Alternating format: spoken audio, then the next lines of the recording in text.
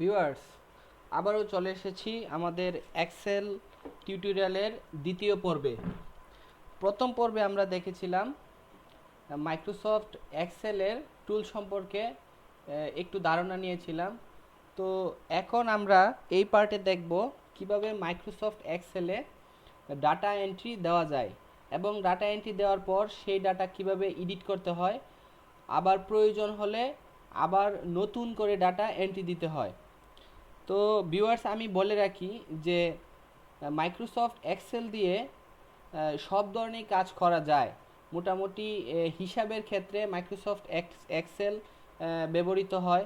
যেমন স্কুল কলেজে মার্কশিট ব্যবহার করার জন্য, মার্কশিট তৈরি করার জন্য এক্সেল ইউজ করা হয়, এবং ব্যাংকে হাজার হাজার ডাটা এন্ট্রি কাজ করার জন্য, যোগ বিয়োগ করার জন্য এক্সেল ইউজ করা হয়। এক্সেলটা খুবই জনপ্রিয়।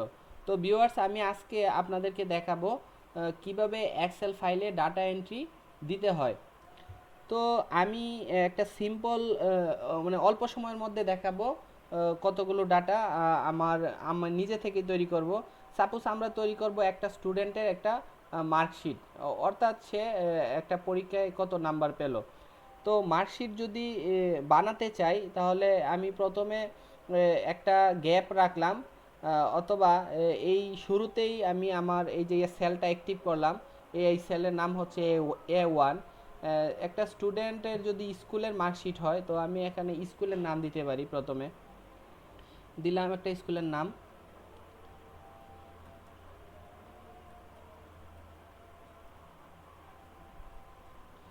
স্কুলের নাম দিলাম। স্কুলের নাম দেওয়ার পর আমি একটু অন্য জায়গায় ক্লিক করলাম ভিউয়ার্স। তো আমি আরেকটু বড় করে নিলাম। দেখেন, আমি রাইট ক্লিক করে সিলেকশন বাটন ইউজ করে, সিলেকশন টুল ইউজ করে আমি ঠিক অতটুকু সিলেক্ট করলাম। সিলেক্ট করার পর আমি এখন টুলবারে যাই, টুলবারে গিয়ে মার্জেন সেন্টার ইউজ করলাম। মার্জেন সেন্টার ইউজ করে আবার আমি এই যে আমার এই রোতে ক্লিক করে আমি চাচ্ছি এটা একটু বড় করব। তো আমি এই যে প্লাস আইকন হয়ে আছে, রাইট ক্লিক করে মানে চেপে ধরে একটু বড় করে নিলাম। তো ভিউয়ার্স, আমি আবারও দেখাচ্ছি কী করলাম। আমি আন্ডু করে দেখাচ্ছি। আমি একটি স্কুলের নাম লিখব, আমার এই সেল অ্যাক্টিভ করলাম, তারপর স্কুলের নাম লিখলাম। স্কুলের নাম লেখার পর আমি চাচ্ছি যে আমার ঠিক এফ পর্যন্ত থাকবে আমার, আমরা ইউজ করব। তো আমি মার্জিন সেল করে দিলাম।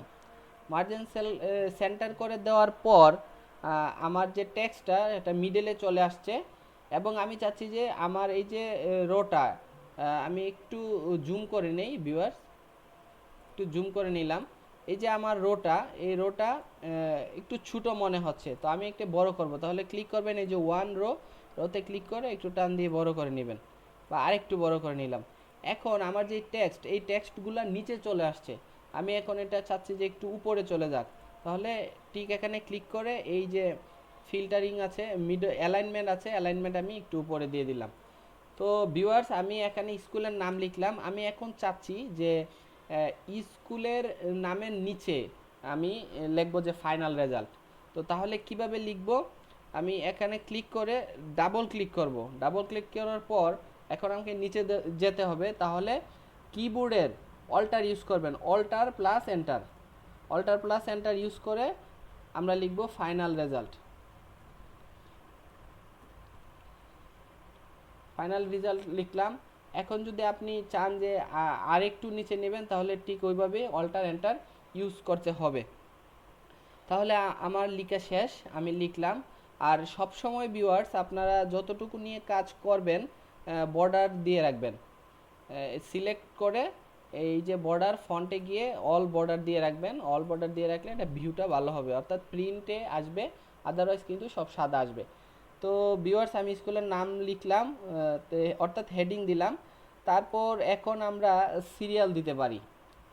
একটা লিখলাম, সিরিয়াল দিলাম। আমি সিরিয়ালটা আমি চাচ্ছি যে আমার সিরিয়ালটা বড় হয়ে গেছে, আমি একটু ছোটো করব। এই যে আমার এ কলামে ক্লিক করে এভাবে চাপিয়ে দিবেন, তাহলে এটা ছোটো হয়ে যাবে। সিরিয়ালের পর আমি চাচ্ছি যে অর্থাৎ আমার স্টুডেন্টের নাম থাকবে। স্টুডেন্টের একটা নাম থাকবে, আমি নেম অপশন দিতে পারি, আমি নেম অপশন দিলাম। তারপর তার রোল নাম্বারটা দিতে পারি, রোল নং দিলাম। এখন সে সাপোজ যে সে একটা পরীক্ষাতে কত, সাপোজ আমি একটা সাবজেক্ট দিলাম বাংলা, বাংলা লিখলাম, বাংলাতে সে মার্কস পেয়েছে 70।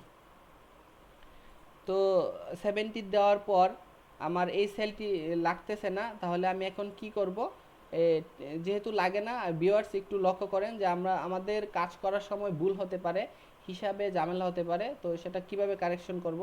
আমরা এখন শুধু এন্ট্রি দিয়েছি, এখন এডিট করব। এখন যেহেতু আমার এই সেলটি লাগতেছে না, তাহলে ঠিক এই জায়গায় ক্লিক করে আবার এটা মার্জিন সেন্টারে ক্লিক করে আমি এই সেন্টারটি যেহেতু আমার লাগবে না, আমি এখন আবার ঠিক পর্যন্ত রেখে মার্জিন সেন্টার করে দিব, তাহলে আমার এই সেলটি আর দরকার নেই। তো যেহেতু বর্ডারও দরকার নেই, আমি বর্ডারগুলোকে উঠিয়ে দিতে পারি, নো বর্ডার দিয়ে দিতে পারি, আমার বর্ডারের দরকার নেই, বাট আমার এতটুকু পর্যন্ত বর্ডার দরকার আছে। তো ভিউয়ার্স আমি এন্ট্রি দিলাম, রুল নং দিলাম, বাংলা দিলাম। এখানে মার্কস নাম্বার দেওয়া যাবে না, দেখেন আমার আবারও ভুল হয়েছে, আমরা আবার কারেকশন করছি। এই যে ঠিক এখানে 70 দিয়েছি, এখানে হবে মার্কস। আমি এখান থেকেও মার্কস চেঞ্জ করতে পারি, এই যে অ্যাক্টিভ সেলে যাওয়ার পর ফর্মুলা বারের দিকে থাকান, ঠিক ফর্মুলা বার থেকেও কিন্তু আমি চেঞ্জ করতে পারবো। এখানে দিলাম মার্কস, মার্কস দিলাম। আবারও খেয়াল করবেন যে এখানে আমি বাংলা দিয়েছিলাম, আমি এখানে বাংলা দেব না, এখানে আমি দেব সাবজেক্টের নাম। তো আমি এই যে ফর্মুলা বার থেকেও চেঞ্জ করতে পারবো, আবার এখান থেকেও আমি চেঞ্জ করতে পারবো, সাবজেক্ট লিখে দিলাম। তো ভিউয়ার্স বুঝতে পেরেছেন যে কিভাবে এক্সেল শিটে ডাটা এন্ট্রি দিতে হয় এবং সেই ডাটা যদি ভুল হয় তাহলে কিভাবে এডিট করতে হয়। তো ভিউয়ার্স আমি এখন সিরিয়াল নাম্বার দিব, আমি 1 দিলাম, তারপর 2 দিলাম। এখন আমাদের স্কুলে শত শত স্টুডেন্ট থাকতে পারে, তাদের সিরিয়াল আমার ম্যানুয়ালি এন্ট্রি দেওয়া সম্ভব না। তো আমি চাচ্ছি যে খুব অল্প সময়ে শর্টকাটে যেন সিরিয়াল, হাজার হাজার সিরিয়াল দেওয়া যায়।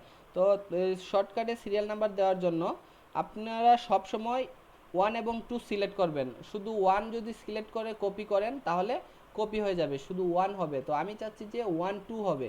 তো 1 2 ম্যানুয়ালি ইনপুট দিবেন, দেওয়ার পর এই দুইটা সিলেক্ট করবেন, সিলেক্ট করে এই যে প্লাস আইকন, এই আইকনে ক্লিক করে এটা সিরিয়ালি চলে আসবে, হাজার হাজার সিরিয়াল একেবারে র্যান্ডমলি আসবে। তো আমি নাম্বার দিয়ে দিলাম। এখন আমি চাচ্ছি যে আমার যে নেম যে কলাম, এই কলামটি ছোটো হয়ে গেছে, আমি একটু বড় করব। তাহলে আপনারা অবশ্যই ছোটো বড় করতে পারবেন, এই সিলেক্ট করে একটু বড় করে নেবেন।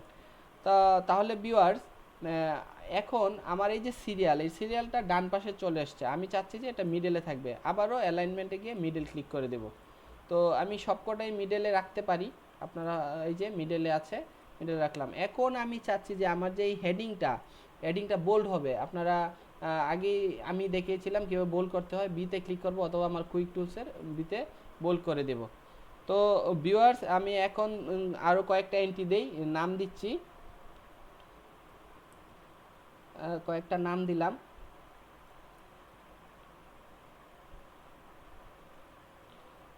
আচ্ছা, এখন আমরা বারবার মাউস ইউজ করব না।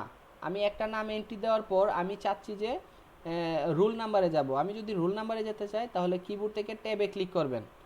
ট্যাবে ক্লিক করার পর আমি একটা রুল দিয়ে দিলাম তারপর পরের কলামে যাবেন, তো আবারও ট্যাব ক্লিক করবেন। আমি এখন সাবজেক্টের নাম লিখলাম, তারপর আবারও ট্যাবে ক্লিক করবেন পাশে যাওয়ার জন্য, আমি মার্ক দিচ্ছি। এখন আপনি চাচ্ছেন যে ঠিক জামাল যে লিখাটা, এই জামাল নাম, এই নামের নিচে চলে আসবেন। কিভাবে আসবেন? কিবোর্ড থেকে এন্টার প্রেস করবেন, এন্টার প্রেস করলে জামালের নিচে চলে আসবে। তো আমি আরেকটা নাম দিচ্ছি, তারপর রোল নাম্বার আমি আবারও এন্ট্রি দিচ্ছি, সাবজেক্ট দিয়ে দিলাম যে বাংলায় দিয়ে দিলাম বা ইংলিশ দিয়ে দিলাম, বাংলায় দিলাম, মার্ক দিলাম। তো আবার দু একটা নাম আমি এন্ট্রি দিচ্ছি, রুল নাম্বার দিলাম কয়েকটা, সাবজেক্ট বাংলাটাই থাক। এই যে আবার একটু খেয়াল করবেন, বাংলা আমার নাম ভুল হয়েছে, তো আমি এখান থেকে বাংলাটা এইভাবে সিলেক্ট করে কপি করতে পারি, আমি একেবারে বারবার আমি টাইপ করব না। তো এভাবে আপনি শত শত কপি করতে পারবেন। তো এখানে নাম আবার দেই, আবার নাম এন্ট্রি দিলাম, এন্টার ক্লিক করবেন নিচে নিচে যদি যেতে চান, তারপর ট্যাব ক্লিক করবেন যদি পাশে যেতে চান। তো এন্টার ক্লিক দিলেই চলে আসবে নিচে। তারপর আরেকটা নাম দিলাম, আমি আরেকটা রোল নাম্বার দিলাম। এখন আমি মার্কস দিতে ভুলে গেছি, এখন মার্কসগুলো দিব। মার্কস দিলাম, এন্টার ইউজ করব, এন্টার ইউজ করে করে আমি মার্কসগুলো দিয়ে দিলাম। তো ভিউয়ার্স আশা করি বুঝতে পেরেছেন যে কিভাবে ডাটাগুলো এন্ট্রি দিতে হয়। আমি এখন চাচ্ছি যে এই মার্কসগুলো ওকে আমার একটা টোটাল যোগফল দেখাবে। তো আমি এখানে লিখতে পারি টোটাল, টোটাল আমি টোটাল লিখলাম। ভিউয়ার্স এখন একটা গুরুত্বপূর্ণ বিষয় আমি দেখাবো। আমি টোটাল দুইবার লিখলাম, কেন দুইবার লিখলাম? আমি টোটালটা বের করব দুইটা সাহায্যে। প্রথম হচ্ছে ফর্মুলা, ফর্মুলার সাহায্যে বের করব, তারপর বের করব ফাংশন, ফাংশনসের সাহায্যে। তো আমি এইগুলোকে একটু অল বর্ডার দিয়ে দিলাম, অর্থাৎ আমি এখানে যোগফল বের করব। এখন ভিউয়ার্স লক্ষ্য করবেন এই যে ফর্মুলা এবং ফাংশনস, এটা হচ্ছে এক্সেলের খুব পাওয়ারফুল ফিচার। এগুলো দিয়ে ক্যালকুলেশন করা যায়। তো ফর্মুলাটা কখন ইউজ হয়? ফর্মুলাটা তখন ইউজ হয় যখন আমাদের হিসাবটা খুব নর্মাল থাকে, তত বড় না, ছোট ছোট হিসাব থাকে, তখন আমরা ফর্মুলা ইউজ করতে পারি। আর ফাংশনটা যখন আমাদের হিসাবের আকার বড় হয়ে যায়, একটু জটিল হয়ে যায়, তখন আমরা ফাংশনস ইউজ করব। তো আমি দেখাচ্ছি যে ফর্মুলা কিভাবে ইউজ করে। তো ভিউয়ার্স লক্ষ্য করবেন, আমি চাচ্ছি যে ঠিক এই জায়গায় আমার যোগফলটা নামবে, আমরা একটা যোগ করব। আমি একটু জুম আউট করে দিচ্ছি, আমি এই জায়গাতে যোগ করব। যোগ করার পর সব সময় খেয়াল করবেন, যদি ফর্মুলা এবং ফাংশনস ইউজ করতে চান, প্রথমেই সমান সমান চিহ্ন দিতে হবে, ইকুয়াল টু। ইকুয়ালটি দেওয়ার পরে আমরা চাচ্ছি যে এগুলাকে যোগ করব। প্রথম সেল, এই সেলটি ক্লিক করলাম, ক্লিক করার পর যোগ করব যেহেতু, তারপর প্লাস বাটন ক্লিক দেব। তারপরেরটা আমি যোগ করতে চাচ্ছি, তারপরও প্লাস বাটন ক্লিক করব, তারপরেরটা, এভাবে আমরা কন্টিনিউ করব। আমি সবকটা দিয়ে দিলাম। দেওয়ার পর ভিউয়ার্স লক্ষ্য করেন যে আমার ঠিক এখানে একটা ফর্মুলা রেডি হয়ে গেছে। এখন আমার এটা আউটপুট দরকার। কিবোর্ড থেকে এন্টার প্রেস করবেন। এন্টার প্রেস করার পরেই আমার যে টোটাল নাম্বারটা, আমি নাম্বারটা বোল্ড করে দিচ্ছি, এই যে নাম্বারটা বা ইটালি আন্ডারলাইন করে দিচ্ছি বোঝার জন্য, আমার এই টোটাল যোগফলটা চলে এসেছে। এই যে যোগফলটা আমরা বের করলাম, এই যোগফলটা বের হয়েছে, এই যোগফলটা বের হয়েছে ফর্মুলার সাহায্যে।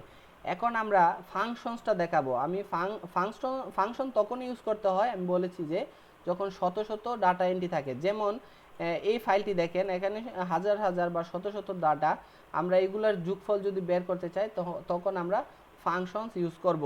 তো নর্মালের জন্য আমরা ফর্মুলাটাই ইউজ করতে পারি। এখন ঠিক এখানেই আমরা ফাংশনস ইউজ করব। ফাংশনসের সাহায্যে ফর্মুলা, আমি আগেই বলেছি যে ফর্মুলা এবং ফাংশন ইউজ করার জন্য সব সময় সমান সমান ইউজ দিতে হয়। তো ফাংশনসের নাম হচ্ছে সাম। আমি টাইপ করলাম সাম। দেখেন আমি সাম টাইপ করার সাথে সাথে আমার অনেকগুলো সাজেস্ট করতেছে। তো আমি এই সামটা সিলেক্ট করব, ট্যাব ক্লিক করলেই সামটা সিলেক্ট হয়ে যাবে। আমি সিলেক্ট করলাম, তারপর মাউসের রাইট ক্লিক করে উপর থেকে ক্লিক দিয়ে চাপ ধরে আস্তে আস্তে নিচে চলে আসবো। আমরা ঠিক ততটুকু ফাংশনের সাথে যোগ করব। নিচে চলে আসার পর একটু লক্ষ্য করেন যে এখানে E3 সেল এবং E7 সেল দেখাচ্ছে, তারপর মধ্যে হচ্ছে কুলন হচ্ছে এই যে সেলের রেঞ্জ। আমার এই যে ডিফারেন্স, এই যে 67 এবং 70, অর্থাৎ 70 থেকে 67 পর্যন্ত যতগুলো মার্কস আছে বা যতগুলো সেল আছে, ঠিক ততগুলো সেল আমার এখানে যোগ হবে তার ভেতরে। তারপরে এই ফর্মুলাটা সিলেক্ট করে আপনি কিবোর্ড থেকে এন্টার প্রেস করবেন। এন্টার প্রেস করার পর একটু লক্ষ্য করেন যে আমার যোগফল 345 চলে এসেছে। তো আমি ফর্মুলার সাহায্যে যোগ কিভাবে করে দেখিয়ে দিলাম এবং ফাংশনের সাহায্যে কিভাবে করে দেখিয়ে দিলাম। তো ভিউয়ার্স আশা করি বুঝতে পেরেছেন যে মাইক্রোসফট এক্সেলের মাধ্যমে কিভাবে ডাটা এন্ট্রি দিতে হয় এবং ডাটা এডিট করতে হয় এবং ফর্মুলার সাহায্যে কিভাবে যোগ করতে হয়।